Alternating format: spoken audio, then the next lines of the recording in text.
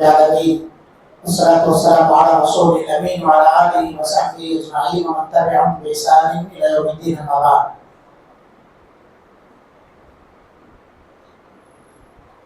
حاضرین گرامی، آج کی تراویح میں 12واں پارہ مکمل ہوا ہے اور اس پارے میں ہم نے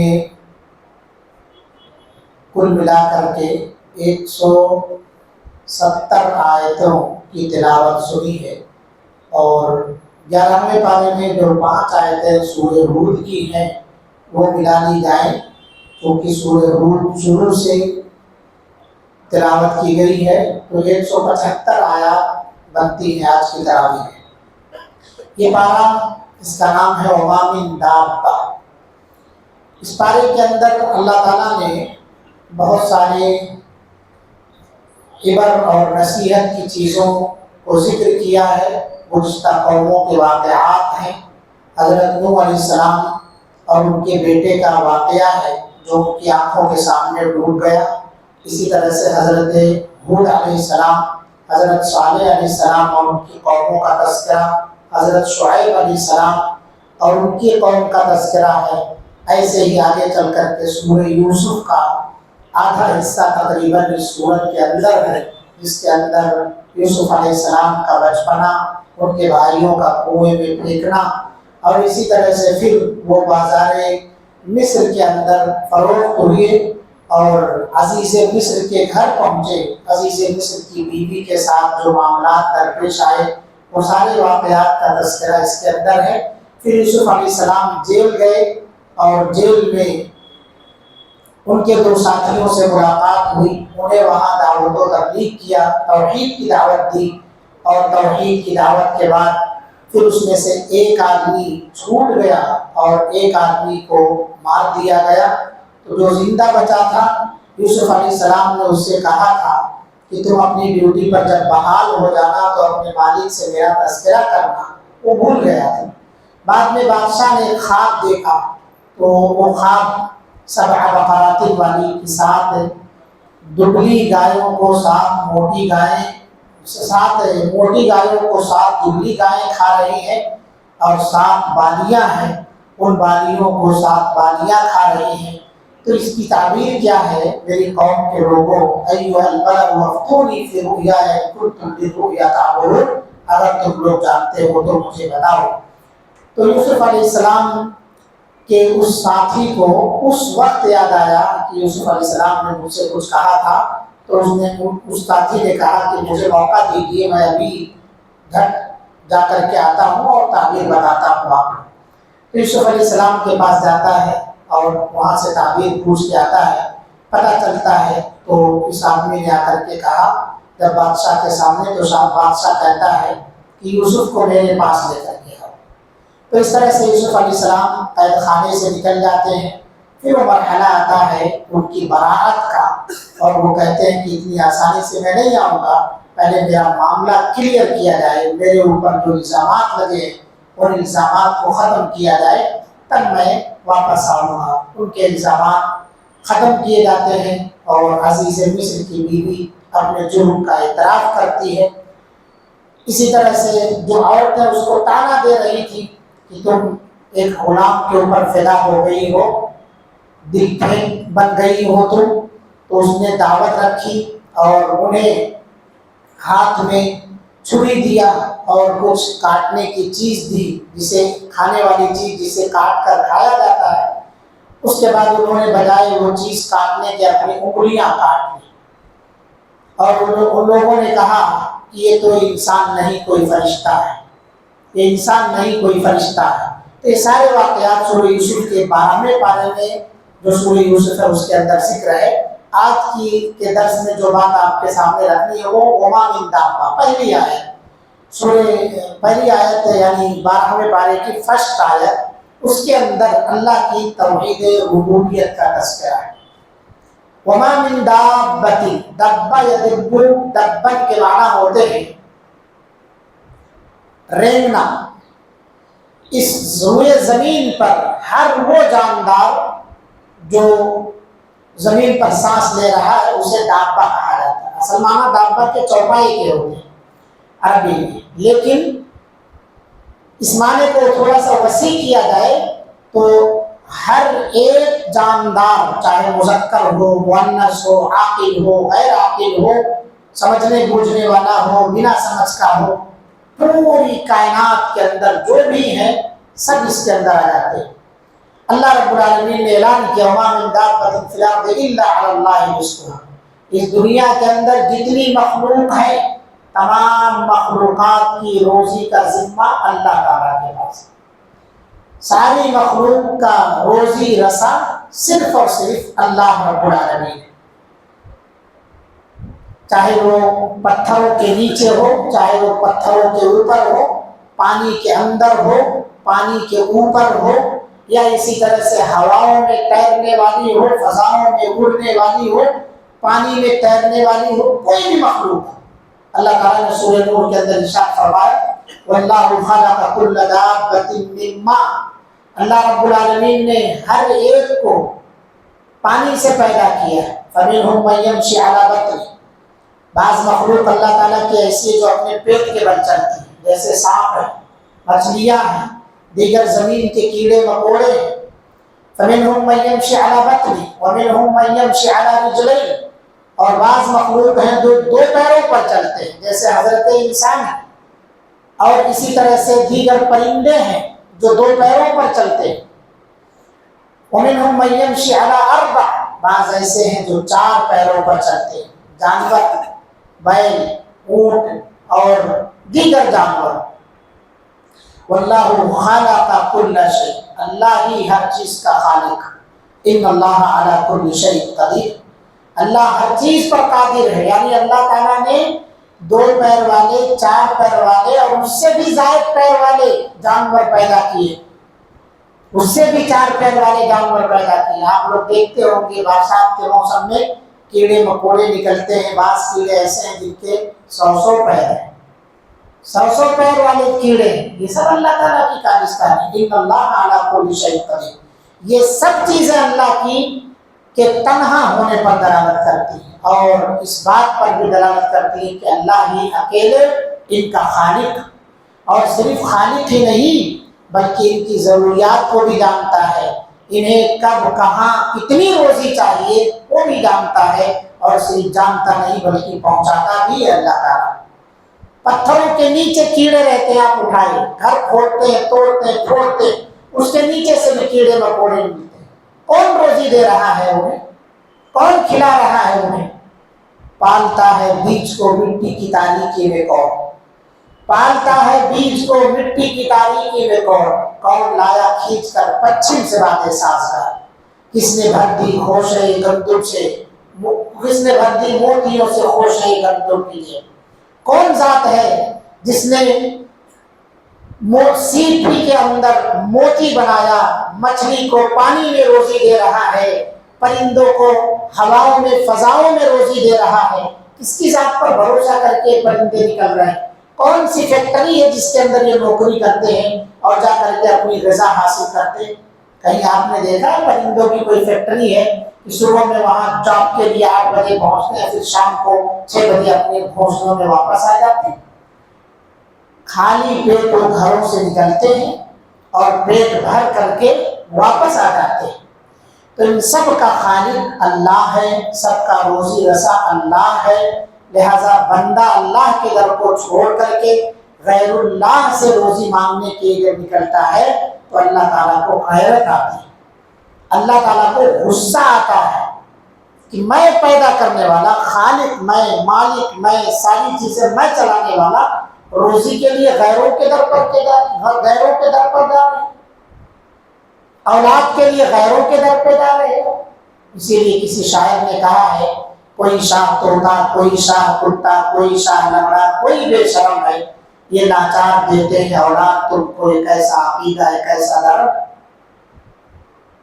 اللہ رب العالمین روزی رسا ہے، اولاد دینے والا خالق اللہ تعالیٰ ہے، لیکن جب اللہ نوازتا ہے تو بندہ سیدھے درگاہوں پر جاتا ہے، اللہ کو چھوڑ کر غیر اللہ سے مانگتا ہے۔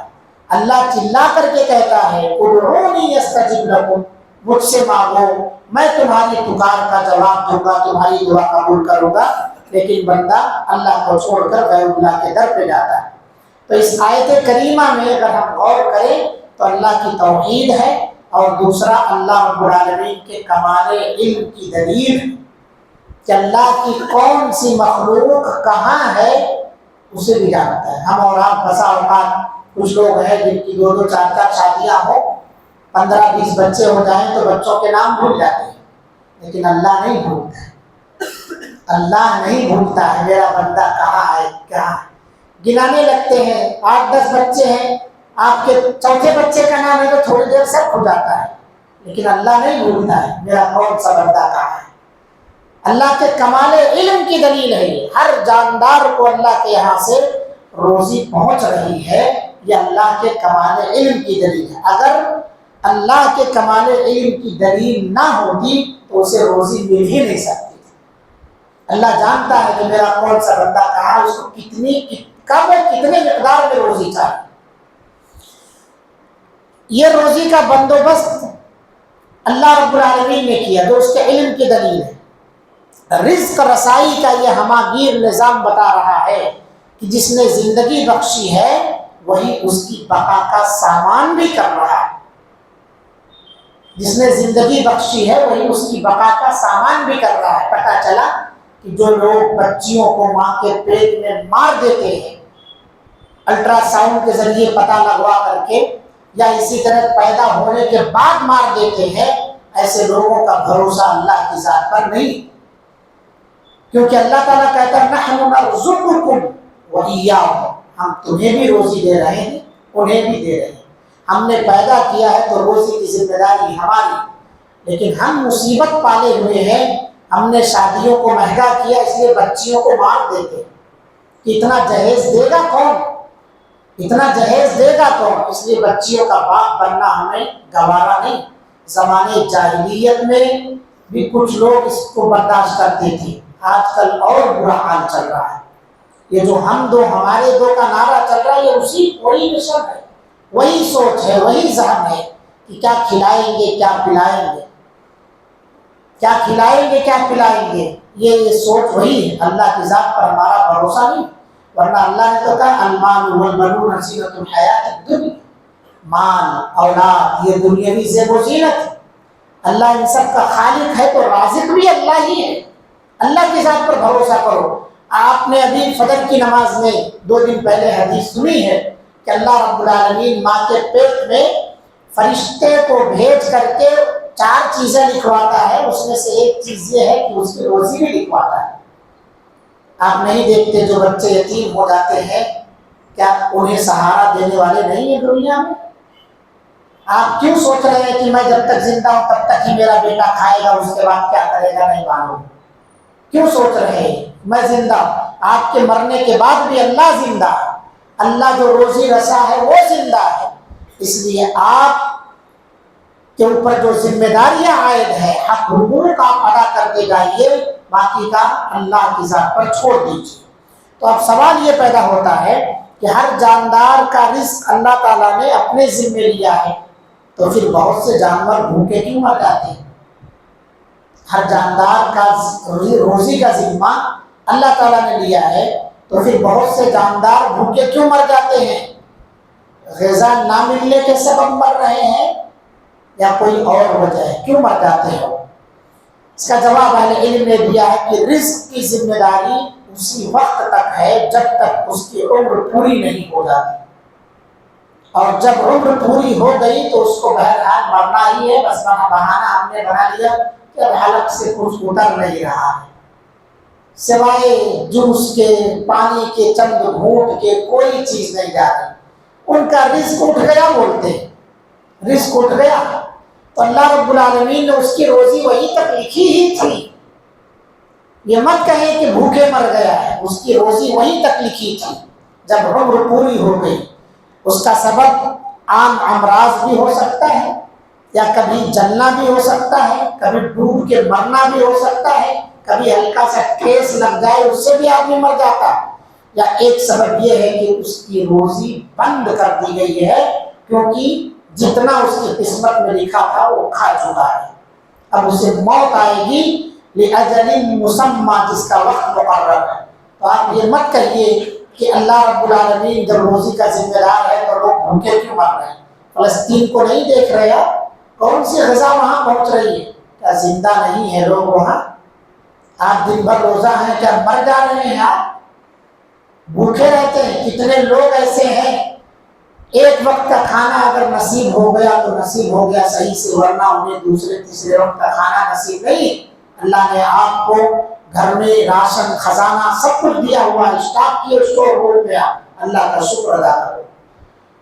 بہت سارے ایسے ہیں کہ گھر میں سب کچھ رکھتے ہوئے کچھ نہیں کھا پاتے، کچھ نہیں کھا پاتے ہیں۔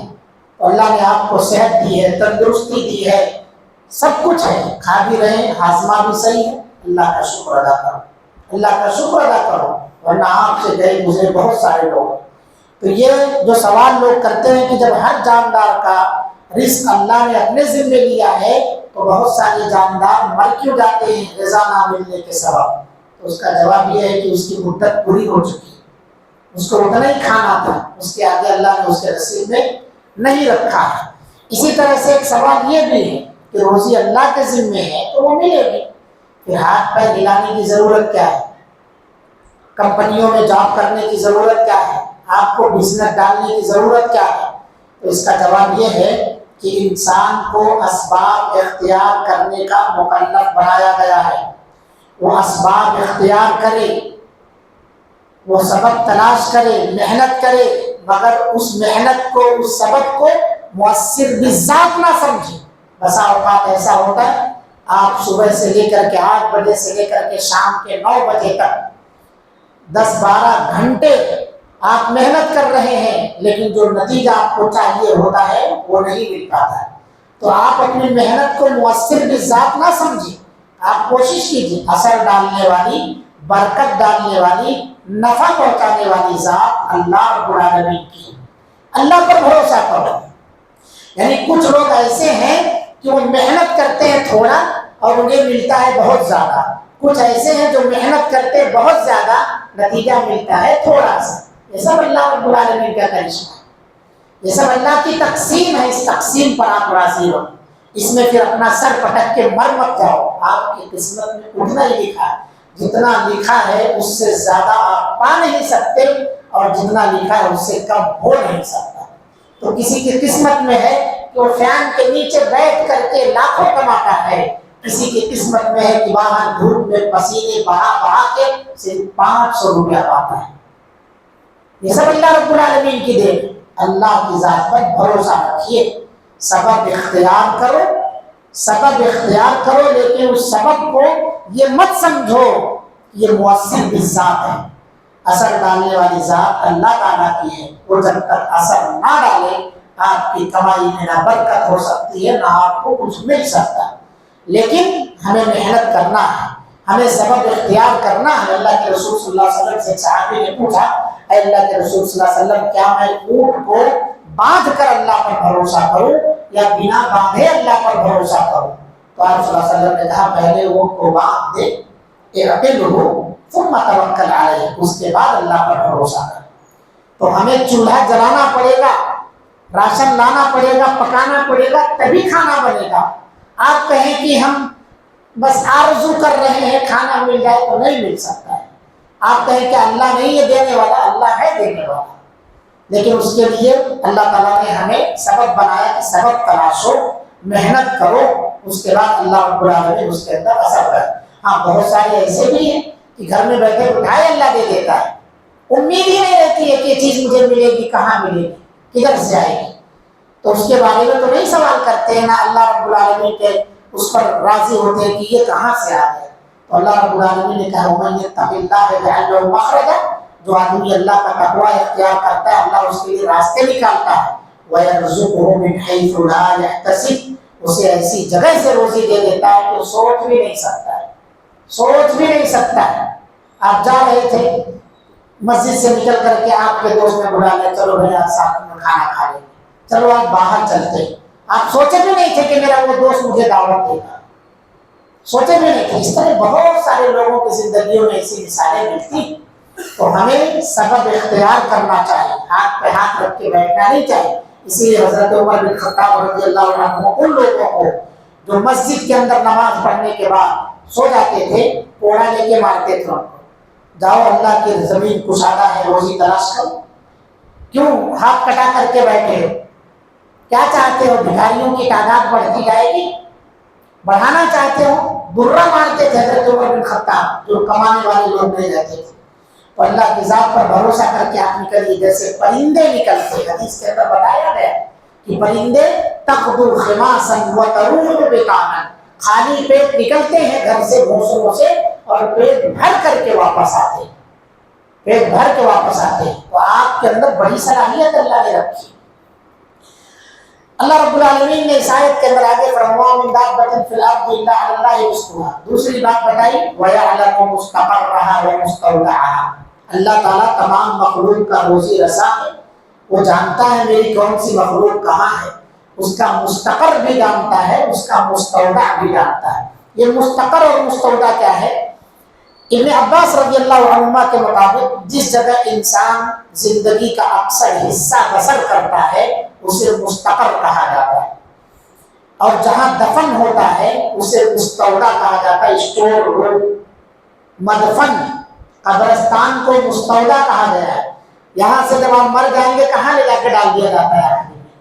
مستودع، عربی میں مستودع اسٹور روم کو کہا جاتا ہے، تو مستودع کے اندر آپ کو ڈال دیا جائے گا۔ اور مستقر کیا ہے؟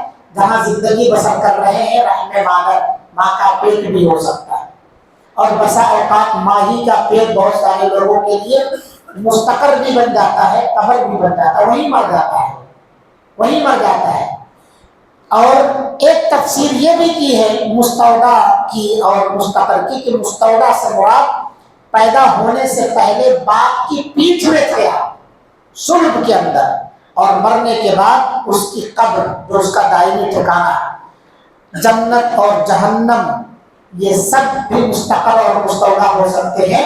اللہ رب العالمین ہر ایک کو جانتا، آپ ماں کے پیٹ میں ہو، باپ کی پیٹھ میں ہو، یا اسی طرح سے اپنے گھر میں ہو، یا قبر میں ہو، یا جنت میں ہو، یا جہنم میں ہو، سب کا علم اللہ رب العالمین کے پاس ہے، سب کا علم اللہ تعالیٰ کے پاس ہے۔ اس سے ایک نقطہ ملتا ہے، نقطہ یہ ہے کہ اللہ رب العالمین نے رزق علی اللہ رزق، پہلے روزی کا تذکرہ کیا ہے، اس کے بعد اللہ تعالیٰ نے مستقر اور مستودع کا تذکرہ کیا۔ ایسا کیوں کیا ہے؟ تو مفسرین نے لکھا ہے کیونکہ انسان جب ماں کے پیٹ میں ہوتا ہے دنیا میں آنے سے پہلے ہی ماں کے سینے میں اللہ رب العالمین نے اس کے لیے خوراک کا انتظام کر رکھا ہے۔ اللہ اکبر، آپ پیدا بھی نہیں ہوئے اس سے پہلے وہ رب آپ کے لیے روزی کا انتظام کر دیا، تو پیدا ہونے کے بعد کیوں آپ فکر مند ہو رہے ہیں روزی کے تعلق سے؟ وجہ یہ ہے کہ ہم نکمے ہیں، وجہ یہ ہے کہ ہم کام چور ہیں، ہم محنت نہیں کرنا چاہتے، ہم محنت نہیں کریں۔ حضرت عبد الرحمن بن عوف مکہ سے جب ہجرت کر کے مدینہ آئے تو وہاں بہت سارے لوگوں نے کہا کہ آپ یہ لے لیجیے، یہ لے، انہوں نے کہا کہ کچھ نہیں چاہے، مجھے صرف بازار کا راستہ بتا دو، بس بازار دکھاؤ۔ بازار وہ لکڑیاں لیے اور لے کر کے بازار میں گئے، بیچا، بیچنے کے بعد اس سے گھی پنیر خریدا، خرید کر کے اسی کا بزنس شروع کر دیا، دودھ بیچنے لگے، گھی اور پنیر بیچنے لگے۔ چھوٹے سے کاروبار سے انہوں نے آغاز کیا اور اس کے بعد اتنے بڑے تاجر ہو گئے، ایک سال کے اندر 1 تولا سونا مہر میں اپنی بیوی کو انہوں نے دیا۔ اور اس کے بعد خود وہ بیان کرتے ہیں کہ میں مدینہ کے اندر آنے کے بعد مٹی کو ہاتھ لگاتا ہوں تو اللہ تعالیٰ اسے سونا بنا دیتا ہے، اتنی برکت عطا فرماتا ہے، اتنی برکت عطا فرماتا ہے۔ تو اللہ رب العالمین نے ہمارے لیے روزی لکھ رکھی ہے، لہذا ہم کوشش کریں۔ ہمارے ایک استاد ہیں، وہ کہتے ہیں کہ پیسہ اڑتا ہے، پکڑنے کا طریقہ چاہیے، پکڑنے آنا چاہیے، کیسے پکڑا جائے۔ آج کل تو بہت سارے ذرائع ہو گئے ہیں، پہلے تو صرف زمین کا مسئلہ تھا، اب ہواؤں میں کاروبار چل رہا ہے، انٹرنیٹ بینکنگ سسٹم یا انٹرنیٹ اسے نیٹ ورکنگ کے ذریعے سے بہت سارا اشتہار آپ کر سکتے ہیں، میرے گھر پر یہ چیز بن رہی، وہ چیز بن رہی ہے، فلاں چیز میں کر سکتا ہوں۔ علم کے ذریعے ساری خدمت آپ کر سکتے ہیں، الحمدللہ بہت روزی کے وسائل اللہ نے مہیا کیے۔ اب ہمارا ہی دماغ مارا جائے، مت ماری جائے، تو پھر اس سے اللہ کو نہیں کوسنا چاہیے ہمیں۔ تو اللہ نے ہمیں پیدا ہونے سے پہلے روزی کا اللہ رب العالمین نے انتظام کر دیا ہے۔ اسی طرح سے ہمارے لیے اس کے اندر ایک سبق یہ ہے، جب اللہ تعالیٰ لطیف اور خبیر ہے، اس دنیا میں آنے سے پہلے سے لے کر ہمارے مرنے تک کو اللہ تعالیٰ جانتا ہے، تو ہمارے اقوال کو، افعال کو، حرکات و سکنات کو بھی اللہ جانتا ہے۔ لہٰذا ہمیں اپنے ہاتھ کی، اپنے آنکھ کی، اپنے اعضاء جوارح کی حفاظت کرنی چاہیے، اپنے زبان کی حفاظت کرنی چاہیے۔ وَكُلٌّ فِي كِتَابٍ مُبِينٍ، ہر چیز اللہ تعالیٰ نے لوح محفوظ میں لکھ رکھی ہے، لہٰذا ہمیں اللہ سے ڈرنا چاہیے۔ تو آج کے درس میں 3 باتیں ہیں۔ اللہ تعالیٰ تمام لوگوں کی، تمام مخلوقات کا روزی رساں ہے، اللہ پر بھروسہ کرے، اسباب اختیار کرے، برکت دینے والی ذات اللہ تعالیٰ کی۔ دوسری بات آئی کہ اللہ تعالیٰ کا علم تمام چیزوں کو گھیرے ہوئے ہے، اس کے علم سے کوئی باہر نہیں، جو پیدا ہو گیا وہ بھی، جو نہیں پیدا ہوا ہے وہ بھی، جو چیز ہو گئی جو نہیں ہوئی ہے، ساری چیزیں مستقبل، ماضی، حال، ہر ایک کو اللہ رب العالمین جاننے والا ہے۔ اس لیے اللہ کے علم سے ہم کہیں بھاگ نہیں سکتے۔ اللہ رب العالمین کے علم میں اس کی پوری مخلوق ہے۔ اگر لمحہ بھر کے لیے اللہ کے علم سے ہم اوجھل ہو جائیں تو ہم برباد ہو جائیں گے۔ لہٰذا ہم دعا کرتے ہیں، حی یا قیوم برحمتک استغیث اصلح لی شأنی کلہ ولا تکلنی الی نفسی طرفۃ عین۔ اللہ ہمیں ہمارے نفس کے حوالے پل بھر کے لیے مت کرنا، پل بھر کے ہمیشہ تو اپنے حفظ و امان میں رکھ۔ یہ اللہ سے دعا کریں۔ صبح و شام کے اذکار میں اس دعا کو ہم پڑھتے ہیں، معنی مفہوم اس کا سمجھے۔ اللہ رب العالمین سے دعا ہے، اللہ تعالیٰ ہم جس طرح سے تو روزی رساں ہے ویسے ہی ہمیں تیری ذات پر بھروسہ رکھنے کی توفیق عطا فرما۔ اللہ تعالیٰ ہم سب کو حلال ذریعے معاش عطا فرما، جو کچھ تو نے عطا کیا اس میں خیر و برکت عطا فرما۔ اللہ رب العالمین جو بے روزگار ہیں انہیں بسر روزگار بنا۔ رب العالمین ہم سب کو حلال کمانے، حلال کھانے کی توفیق عطا فرما۔ باقی رہا ہم تمام میں جو بیمار ہیں، تمام بیماروں کو شفا عطا فرما، ہر ایک کی پریشانیاں دور فرما۔ رب العالمین ہم تمام لوگوں میں سے جو بھی وفات پا گئے ہیں ان کی مغفرت فرما، ہمارے اعزاء اقربا، ہمارے والدین کی مغفرت فرما۔ رب العالمین اس ماہ مبارک میں تو گردن جہنم سے آزاد کرتا ہے، ہماری گردنوں کو آزاد کر دے، ہمارے والدین کے، ہمارے رشتہ داروں کی گردنوں کو جہنم سے آزاد کر دے۔ اللہ رب العالمین ہم سب کو جنت الفردوس میں داخل عطا فرما، ہماری چھوٹی بڑی عبادتوں کو قبول فرما، ہمارے قرآن سننے کو، روزہ رکھنے کو، تراویح پڑھنے کو، قرآن کی تلاوت کرنے کو، صدقہ خیرات، دعا، عبادات، حسن سلوک، جو بھی ہم عبادتیں کرتے ہیں اللہ ہر ایک کو قبول فرما، ریا کمون سے حفاظت فرما۔ جب تک دنیا کے اندر زندہ رکھ، ایمان اور اسلام کی حالت میں زندہ رکھ، جب خاتمہ فرما تو خاتمہ بالخیر عطا فرما۔ آمین وآخر دعوانا الحمد للہ رب العالمین، والسلام علیکم ورحمۃ اللہ وبرکاتہ۔ سبحانک اللہم وبحمدک، اشہد ان لا الہ الا انت، استغفرک واتوب الیک۔ جزاکم اللہ احسن الجزاء۔